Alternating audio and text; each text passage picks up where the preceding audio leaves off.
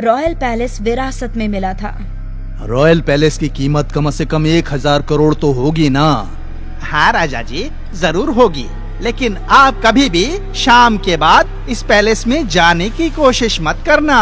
अरे लेकिन हम तो यहाँ एक हेरिटेज होटल बनाने की सोच रहे हैं। नहीं राजा जी, ये ख्याल छोड़ दीजिए। पर क्यों?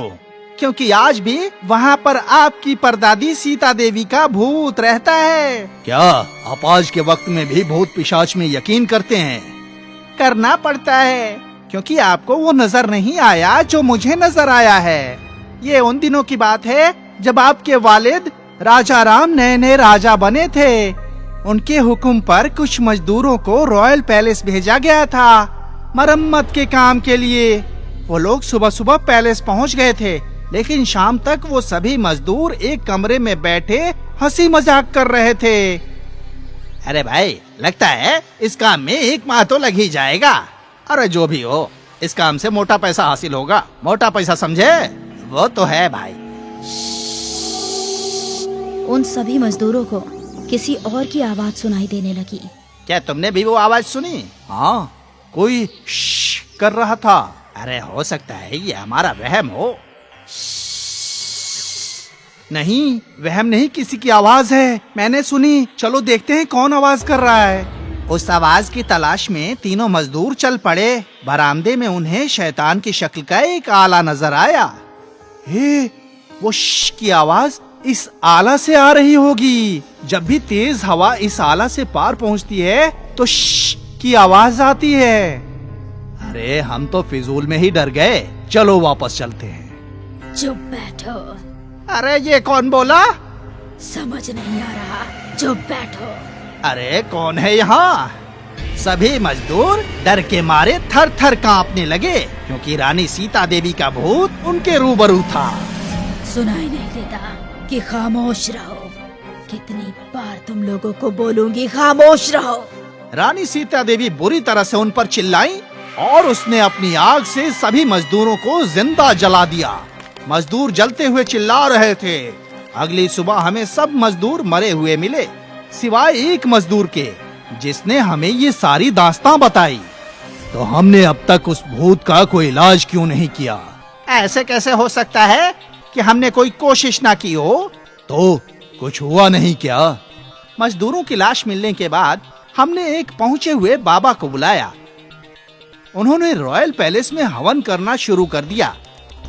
जैसे ही सूरज ढला, रॉयल पैलेस की सारी खिड़कियां दरवाजे अपने आप पटकने लगे। आवाज मत करो। बाबा जब मंत्र पढ़ रहे थे तो उससे आपकी परदादी के भूत को बेहद तकलीफ होने लगी। वो चीखने लगी और उन्होंने सारे मंत्रियों को भी अपने आग में जला दिया।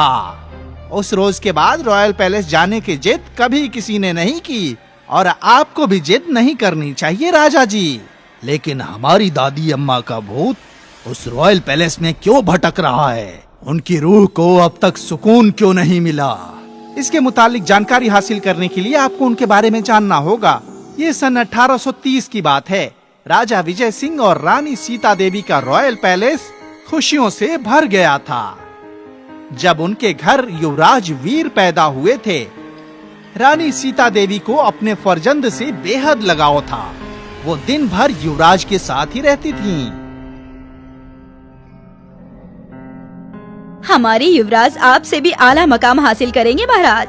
हाँ जरूर, आखिर साहबजादे तो हमारे हैं। हाँ वो तो है। लेकिन यकायक युवराज बीमार रहने लगे। युवराज दिन भर रोने लगे। उनकी आंखों से नींद गायब हो गई।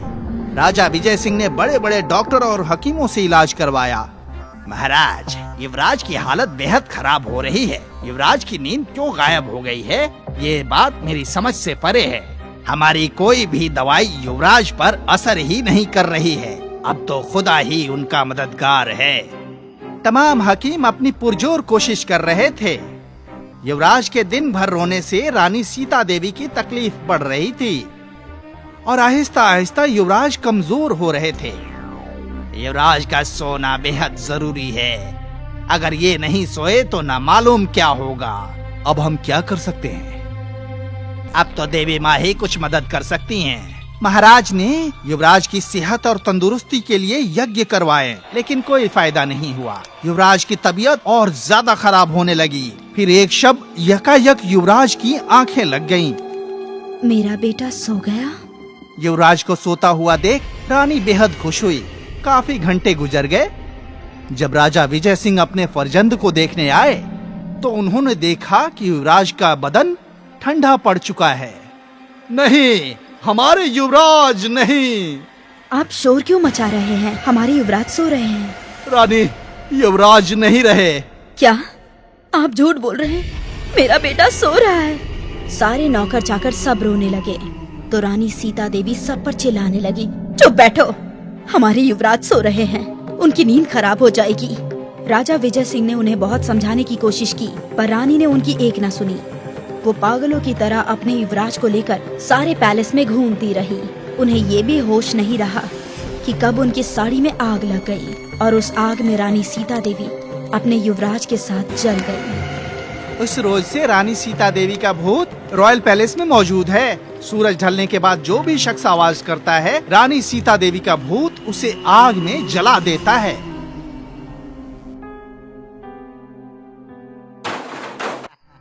रॉयल पैलेस विरासत में मिला था।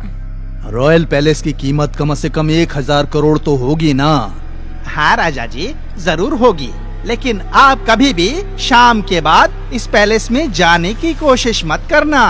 अरे लेकिन हम तो यहाँ एक हेरिटेज होटल बनाने की सोच रहे हैं। नहीं राजा जी, ये ख्याल छोड़ दीजिए। पर क्यों?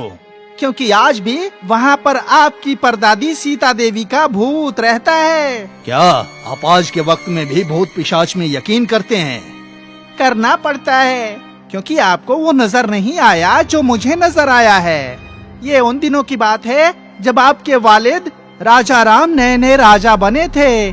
उनके हुक्म पर कुछ मजदूरों को रॉयल पैलेस भेजा गया था मरम्मत के काम के लिए। वो लोग सुबह सुबह पैलेस पहुंच गए थे, लेकिन शाम तक वो सभी मजदूर एक कमरे में बैठे हंसी मजाक कर रहे थे। अरे भाई, लगता है इस काम में 1 माह तो लग ही जाएगा। अरे जो भी हो, इस काम से मोटा पैसा हासिल होगा। मोटा पैसा समझे? वो तो है भाई। उन सभी मजदूरों को किसी और की आवाज सुनाई देने लगी। क्या तुमने भी वो आवाज सुनी? हाँ, कोई श्श कर रहा था। अरे हो सकता है ये हमारा वहम हो। नहीं, वहम नहीं, किसी की आवाज है, मैंने सुनी। चलो देखते हैं कौन आवाज कर रहा है। उस आवाज की तलाश में तीनों मजदूर चल पड़े। बरामदे में उन्हें शैतान की शक्ल का एक आला नजर आया। हे, वो श्श की आवाज इस आला से आ रही होगी। जब भी तेज हवा इस आला से पार पहुंचती है तो श्श की आवाज आती है। अरे हम तो फिजूल में ही डर गए, चलो वापस चलते हैं। चुप बैठो। अरे ये कौन बोला? समझ नहीं आ रहा, चुप बैठो। अरे कौन है यहाँ? सभी मजदूर डर के मारे थर थर कांपने लगे, क्योंकि रानी सीता देवी का भूत उनके रूबरू था। सुनाई नहीं देता कि खामोश रहो। कितनी बार तुम लोगों को बोलूंगी, खामोश रहो। रानी सीता देवी बुरी तरह से उन पर चिल्लाई और उसने अपनी आग से सभी मजदूरों को जिंदा जला दिया। मजदूर जलते हुए चिल्ला रहे थे। अगली सुबह हमें सब मजदूर मरे हुए मिले, सिवाय एक मजदूर के, जिसने हमें ये सारी दास्तां बताई। तो हमने अब तक उस भूत का कोई इलाज क्यों नहीं किया? ऐसे कैसे हो सकता है कि हमने कोई कोशिश ना की हो? तो कुछ हुआ नहीं क्या? मजदूरों की लाश मिलने के बाद हमने एक पहुंचे हुए बाबा को बुलाया। उन्होंने रॉयल पैलेस में हवन करना शुरू कर दिया। जैसे ही सूरज ढला, रॉयल पैलेस की सारी खिड़कियां दरवाजे अपने आप पटकने लगे। आवाज मत करो। बाबा जब मंत्र पढ़ रहे थे तो उससे आपकी परदादी के भूत को बेहद तकलीफ होने लगी। वो चीखने लगी और उन्होंने सारे मंत्रियों को भी अपने आग में जला दिया। उस रोज के बाद रॉयल पैलेस जाने की जिद कभी किसी ने नहीं की, और आपको भी जिद नहीं करनी चाहिए राजा जी।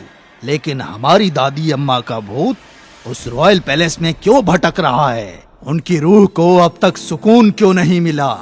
इसके मुतालिक जानकारी हासिल करने के लिए आपको उनके बारे में जानना होगा। ये सन 1830 की बात है। राजा विजय सिंह और रानी सीता देवी का रॉयल पैलेस खुशियों से भर गया था। जब उनके घर युवराज वीर पैदा हुए थे, रानी सीता देवी को अपने फर्जंद से बेहद लगाव था। वो दिन भर युवराज के साथ ही रहती थीं। हमारे युवराज आपसे भी आला मकाम हासिल करेंगे महाराज। हाँ जरूर, आखिर साहबजादे तो हमारे हैं। हाँ, वो तो है। लेकिन यकायक युवराज बीमार रहने लगे। युवराज दिन भर रोने लगे। उनकी आंखों से नींद गायब हो गई। राजा विजय सिंह ने बड़े बड़े डॉक्टर और हकीमों से इलाज करवाया। महाराज, युवराज की हालत बेहद खराब हो रही है। युवराज की नींद क्यों गायब हो गई है, ये बात मेरी समझ से परे है। हमारी कोई भी दवाई युवराज पर असर ही नहीं कर रही है। अब तो खुदा ही उनका मददगार है। तमाम हकीम अपनी पुरजोर कोशिश कर रहे थे। युवराज के दिन भर रोने से रानी सीता देवी की तकलीफ बढ़ रही थी और आहिस्ता आहिस्ता युवराज कमजोर हो रहे थे। युवराज का सोना बेहद जरूरी है। अगर ये नहीं सोए तो ना मालूम क्या होगा। अब हम क्या कर सकते हैं? अब तो देवी माँ ही कुछ मदद कर सकती हैं। महाराज ने युवराज की सेहत और तंदुरुस्ती के लिए यज्ञ करवाए, लेकिन कोई फायदा नहीं हुआ। युवराज की तबीयत और ज्यादा खराब होने लगी। फिर एक शब यकायक युवराज की आंखें लग गईं। मेरा बेटा सो गया। युवराज को सोता हुआ देख रानी बेहद खुश हुई। काफी घंटे गुजर गए। जब राजा विजय सिंह अपने फर्जंद को देखने आए तो उन्होंने देखा कि युवराज का बदन ठंडा पड़ चुका है। नहीं, हमारे युवराज नहीं। आप शोर क्यों मचा रहे हैं? हमारे युवराज सो रहे हैं। रानी, युवराज नहीं रहे। क्या आप झूठ बोल रहे हैं? मेरा बेटा सो रहा है। सारे नौकर चाकर सब रोने लगे तो रानी सीता देवी सब पर चिल्लाने लगी, चुप बैठो, हमारे युवराज सो रहे हैं, उनकी नींद खराब हो जाएगी। राजा विजय सिंह ने उन्हें बहुत समझाने की कोशिश की, पर रानी ने उनकी एक न सुनी। वो पागलों की तरह अपने युवराज को लेकर सारे पैलेस में घूमती रही। उन्हें ये भी होश नहीं रहा कि कब उनकी साड़ी में आग लग गई और उस आग में रानी सीता देवी अपने युवराज के साथ जल गई। उस रोज से रानी सीता देवी का भूत रॉयल पैलेस में मौजूद है। सूरज ढलने के बाद जो भी शख्स आवाज करता है, रानी सीता देवी का भूत उसे आग में जला देता है।